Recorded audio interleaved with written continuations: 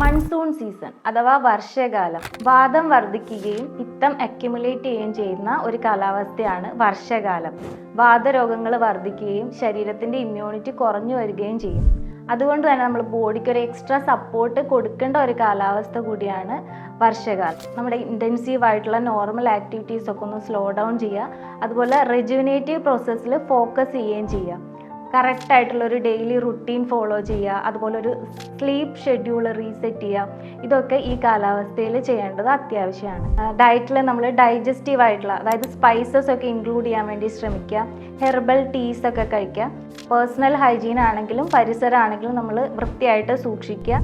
Insect repellents ഒക്കെ use ചെയ്യുക. അപരാജിത ധൂമചൂർണം പോലുള്ള പുകമരുന്നുകളൊക്കെ പുകയ്ക്കുന്നത് പകർച്ചവ്യാധികളൊക്കെ തടയാൻ വേണ്ടി സഹായിക്കും. അന്തരീക്ഷത്തിൽ ഈർപ്പം വളരെ കൂടുതലായതിനാൽ അസുഖങ്ങൾ വരാനുള്ള സാധ്യത വളരെ കൂടുതലാണ്.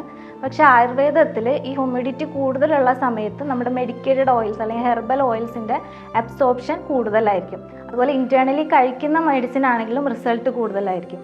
അതായത് ഒരു രോഗീനെ ചികിത്സിക്കാനും രോഗമില്ലാത്ത ഒരാൾക്ക് ആരോഗ്യം നിലനിർത്താനും ഇൻറ്റൻസീവ് ആയിട്ടുള്ള ആയുർവേദ തെറാപ്പീസ് ഫോളോ ചെയ്യാൻ പറ്റുന്ന, അല്ലെങ്കിൽ നമുക്ക് പ്രോപ്പറായിട്ട് ചെയ്യാൻ പറ്റുന്ന റിസൾട്ട് കിട്ടുന്ന ഒരു കാലാവസ്ഥ കൂടിയാണ് വർഷ ഋതു.